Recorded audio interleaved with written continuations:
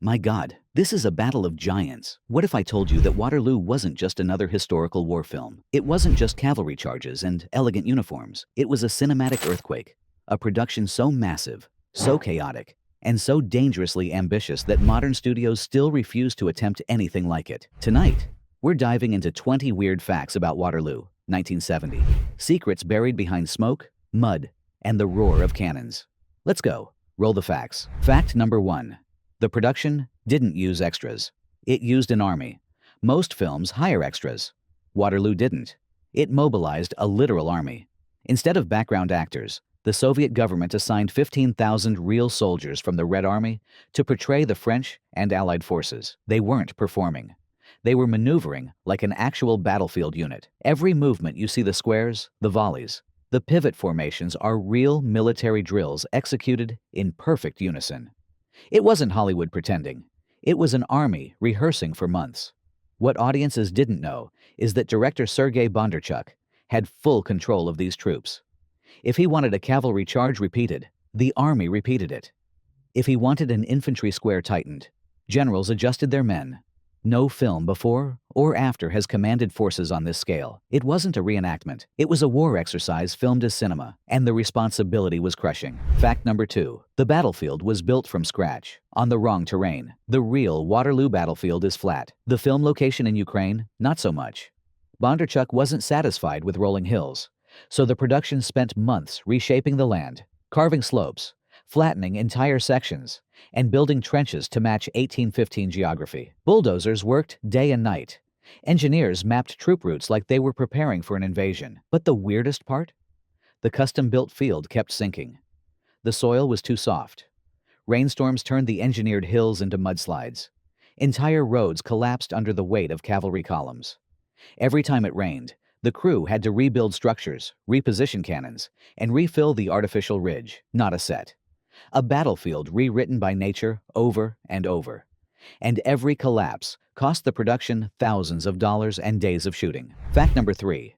Orson Welles was almost unrecognizable on set. Orson Welles appears briefly as Louis XVI, but behind the scenes, he became a legend. Welles arrived on set wearing layers of heavy costume, sweating under thick makeup, and battling intense summer heat. His scenes required him to sit in a massive carriage for hours, and the crew struggled to keep him comfortable. At one point, he reportedly joked, "I'm playing a king, but I feel like I'm being roasted." The real surprise: his role was originally much larger.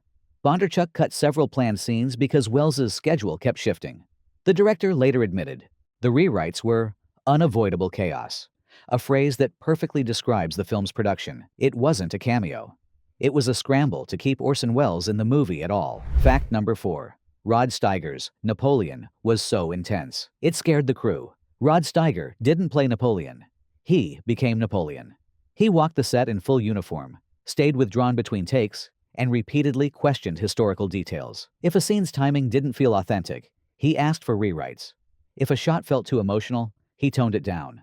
If the posture wasn't right, he corrected it. Steiger's immersion reached a level that startled the crew. One assistant later recalled, "He stared through you, not at you, like Napoleon weighing your usefulness." What audiences didn't know was that Steiger's intense preparation triggered tension with Bondarchuk, who wanted more sweeping, expressive performances. Not an argument, but a creative clash: Napoleon versus the general behind the camera. Fact number 5. Christopher Plummer was nearly injured by his own horse. Christopher Plummer, playing the Duke of Wellington, rode a famously spirited horse. Too spirited. During one scene, the animal reared higher than expected, forcing Plummer to leap off mid-motion. If he hadn't reacted instantly, he could have been crushed beneath the horse's landing. The horse misbehaved again during a cavalry lineup, dragging Plummer sideways across the field until handlers rushed in. Plummer later admitted the horse was magnificent, but unpredictable. Instead of recasting the animal, the production kept using it, partly because it looked perfect on camera, and partly because logistics made finding replacements extremely difficult. Plummer didn't just act the commander. He survived the commander's horse. Fact number 6. Real explosions rattled the entire set.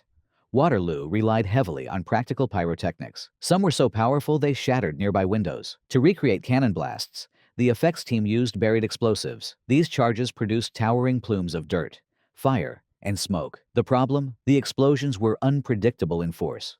Several went off harder than intended, sending debris flying dangerously close to cast and crew. Christopher Plummer recalled the ground shaking under him so violently that he momentarily forgot his lines. Not stage chaos, but genuine shockwaves tearing through the field, and these blasts happened dozens of times a day. Fact number 7.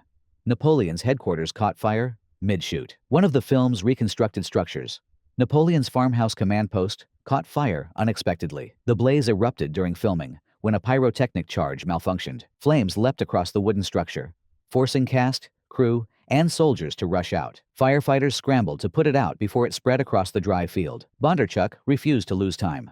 The moment the smoke cleared, he ordered repairs on the spot. Carpenters worked through the night, and the next morning, filming resumed. Not a disaster, a detour, but one that almost took out a major set piece. Fact number 8. Thunderstorms kept rewriting the schedule. The film's biggest enemy wasn't budget or bureaucracy. It was weather. Thunderstorms rolled across the set unpredictably, transforming fields into mud traps. Horses slipped, cannons bogged down, uniforms soaked through instantly. Entire days were lost because the weather changed too quickly to adjust. Bondarchuk often stared out at the field, call sheets in hand, and declared, "We film something anything." Scenes meant for daylight were shot in shadows. Scenes meant for clouds were shot under blazing sun. Not weather delays, weather warfare. The production fought the sky as much as it fought the schedule. Fact number 9.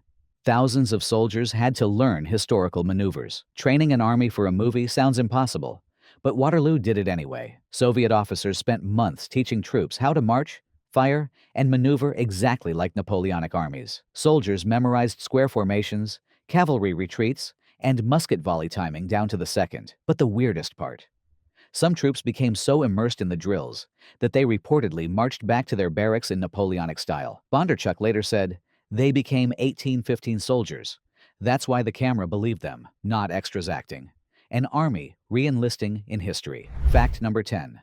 The production almost lost its entire cavalry. The cavalry, hundreds of horses and riders, nearly became unusable when heavy rains turned the field into sludge. Horses slipped and fell repeatedly. Riders struggled to stay upright. A few horses had minor injuries, forcing immediate veterinary care. A Soviet general warned Bondarchuk that if safety didn't improve, he'd pull the cavalry out entirely. Losing them would have destroyed half the film. Bondarchuk begged for one more day of adjustments. The crew rerouted paths, reinforced the ground, and stabilized the terrain. Not a warning. A close call that nearly erased the movie's grandest sequences. Fact number 11. Rod Steiger shot some scenes while running a fever. Steiger's dedication wasn't just emotional, it was physical. During the farmhouse scenes where Napoleon surveys the battlefield, Steiger was quietly suffering from a fever. Doctors were on set, urging him to rest. Instead, he pushed through and delivered performance after performance, sweating through his uniform under intense heat. Crew members whispered, "He won't stop. Napoleon doesn't rest." What audiences didn't know was that some of the film's most intense close-ups, the tired eyes, the heavy breathing, weren't acting. They were real symptoms, not performance exhaustion. Human exhaustion carved into film. Fact number 12. Bondarchuk filmed with dangerous proximity.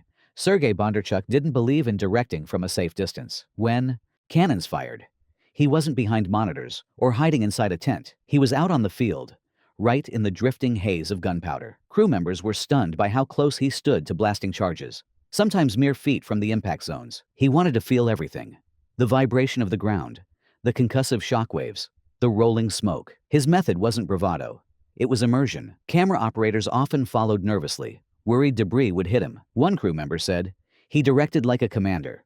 If a cannon fired, he stepped closer, not away." This fearlessness created shots with unmatched authenticity, the kind of battlefield immediacy you simply can't fake on a soundstage. Not distance, immersion. A commitment so extreme, it occasionally terrified everyone around him. Fact number 13.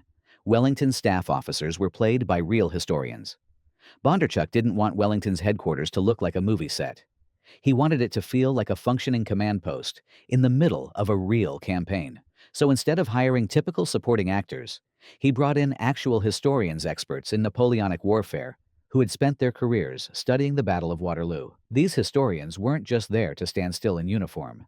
They immediately began correcting map placements, adjusting the spacing of the staff tables, and advising Christopher Plummer on Wellington's speech patterns and posture. During takes, they instinctively acted like real officers, leaning in to study dispatches, repositioning messengers, and exchanging subtle glances that communicated strategic decisions. Plummer joked that working with them felt like being examined in real time, because they carried the weight of decades of research in every gesture. Their presence transformed the command scenes into historically grounded moments, rather than theatrical reconstructions. Not just casting. A living history seminar woven directly into the film's atmosphere and authenticity. Fact number 14. The mud became a character. All its own, the mud in Waterloo wasn't an inconvenience, it became one of the film's most unpredictable forces. When storms swept across the Ukrainian fields, the ground dissolved into thick, sticky sludge that acted like quicksand. Boots were pulled off actors' feet mid-scene. Horses slid sideways, straining to stay upright. Cannons sank halfway into the earth and had to be dug out by teams of exhausted crew members. Even the carefully engineered slopes and battlefield layouts shifted overnight as the rain reshaped the terrain, forcing the crew to constantly adjust blocking, camera placement, and continuity. The mud dictated the rhythm of filming in a way no production designer could. One day, the field was solid and workable. The next day, it was a swamp swallowing wooden planks and equipment carts. Christopher Plummer later said the mud felt like a force of nature with its own schedule. And that's exactly how the crew treated it, as a living entity they had to negotiate with daily. Not set dressing, an elemental adversary that resisted every attempt at control. Fact number 15. The famous cavalry charge was filmed in a single massive push. Most war films break battle scenes into manageable chunks, filming small groups and stitching them together in editing.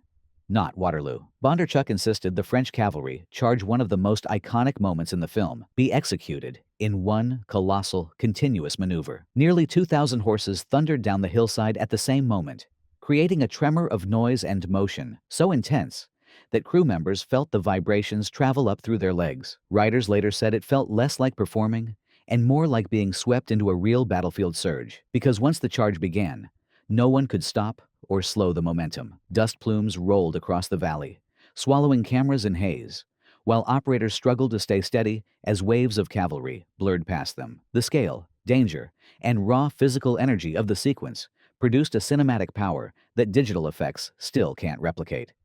Bondarchuk called the moment terrifyingly beautiful, a phrase that perfectly captures the balance between risk and artistry, not choreography.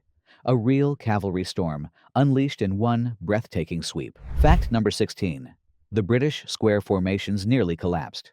The British infantry squares, tightly packed formations designed to repel cavalry, are among the most iconic visuals in Waterloo. But recreating them came dangerously close to disaster. During one rehearsal, hundreds of soldiers formed the square as planned, but the ground beneath one corner of the formation softened unexpectedly after overnight rain. As a line of cavalry charged forward, that corner buckled, causing part of the formation to sag outward. For a moment, it looked like horses would collide directly into the gap. Riders pulled back just in time, narrowly avoiding injuries to both men and animals. The incident sent a shock across the set. Officers immediately halted rehearsals and drilled the troops intensively, reinforcing discipline and tightening ranks until the square held firm under repeated cavalry passes. The scare added a palpable tension to the final film square scenes, giving the soldiers a seriousness no acting exercise could replicate. Not a routine mistake, a near collapse that forced the production to master one of warfare's most difficult formations. Fact number 17. The film burned through its costume budget. Napoleonic-era uniforms are notoriously complex embroidered tunics, brass buttons, crossbelts, tall boots, and detailed shakos. Now imagine outfitting more than 15,000 soldiers in versions of those outfits while shooting in heavy mud and unpredictable weather. The costume department was overwhelmed almost instantly. Fabric tore under the strain of long marches. Buttons popped off daily. Boots split open from moisture and constant use. Plumes wilted under rainfall and collapsed during cavalry maneuvers. Tailors worked in non-stop shifts, sometimes repairing uniforms while still wearing muddy gloves, because they had no time to clean up between tasks. There were days when entire units showed up in soaked, discolored uniforms simply because dry replacements didn't exist yet. The production's wardrobe budget ballooned as repairs outpaced creation, and supply carts were constantly moving between the costume tents and the battlefield. What started as an attempt at perfect historical accuracy turned into a logistical war of fabric and thread. Not wardrobe challenges, Wardrobe warfare fought seam by seam as the battlefield devoured everything it touched. Fact number 18. The movie required its own road system. Waterloo didn't just need cameras, props, and extras, it needed infrastructure. The Ukrainian filming site became so unstable from rain and cavalry movement that transporting heavy equipment across the battlefield turned into a logistical nightmare. Cannons sank. Trucks spun their wheels helplessly. Camera dollies couldn't move an inch without sinking into the ground. Engineers decided the only solution was to build an entire network of temporary roads across the set. These weren't simple dirt trails. They were layered, compacted pathways sturdy enough to support loaded vehicles, scaffolding rigs, and supply carts. But the weather kept destroying them. A storm could wipe out a day's construction in minutes, forcing crews to rebuild from scratch. Week by week, the filming zone grew into a miniature town, complete with intersecting routes, reinforced platforms, and drainage channels just to keep the equipment moving. The scale was so massive that some crew members joked they were building a real countryside, not a movie set, not production design. A full logistical city rising and collapsing with every shift of the weather. Fact number 19. The sound department struggled with real battle noise. The practical explosions in Waterloo created breathtaking visuals, towering plumes of dirt, thunderous cannon blasts, and rolling smoke. But they also created constant headaches for the sound department. Microphones couldn't handle the raw volume. Each cannon blast overloaded the audio equipment, producing distorted static instead of usable sound. Shockwaves tore windscreens off their mounts. Hidden microphones buried beneath props or uniforms were shaken loose, or covered in debris. Some were destroyed outright by flying dirt. Dialogue recorded during battle scenes was almost always drowned out by the explosive roar, leaving actors' voices unusable. Sound engineers resorted to desperate measures, hiding mics inside barrels, underneath saddles, and even pinning small recorders deep inside costume layers just to capture a few clean lines. Entire sequences later had to be re-recorded in controlled environments because the battlefield noise washed out. Everything else, not sound design, sound survival, a daily struggle for clarity amid controlled cinematic chaos. Fact number 20. The final charge, scene risked total chaos. The final charge, the film's dramatic crescendo, was one of the most complicated logistical feats ever attempted in a war movie. It involved thousands of soldiers, hundreds of horses, cannons firing in precise rhythms, smoke cues timed to seconds, and pyrotechnics that had to detonate in exact patterns across a massive field. One mistimed signal could have triggered confusion or created dangerous conditions for riders and troops. To keep everything synchronized, the crew used a network of field telephones, horseback messengers, signal flags, and ground markers placed like a battlefield-sized choreography diagram. Pyrotechnic crews waited for split-second cues. Cavalry officers coordinated their movements with infantry groups across the valley. Camera operators had to align movements with explosions so closely that a few steps off the mark could ruin entire takes. Bondarchuk later said directing the sequence felt like conducting an orchestra made of thunder. The fact that it was completed safely is still astonishing. Not mere coordination. A battle ballet enormous, precise, and always one heartbeat away from total chaos. Waterloo wasn't just a war film. It was a titan of filmmaking, a battle fought with cameras instead of muskets, with schedules instead of strategies. Everything audiences saw on screen was built through sweat, storms, near misses, and sheer force of will. Today, it stands as a reminder of something rare, that sometimes the most unbelievable stories aren't in the script, they're behind the camera. If you enjoyed this deep dive, hit like, drop a comment, and subscribe for more cinematic secrets. And remember, in filmmaking, just like at Waterloo, even giants can fall in a single moment.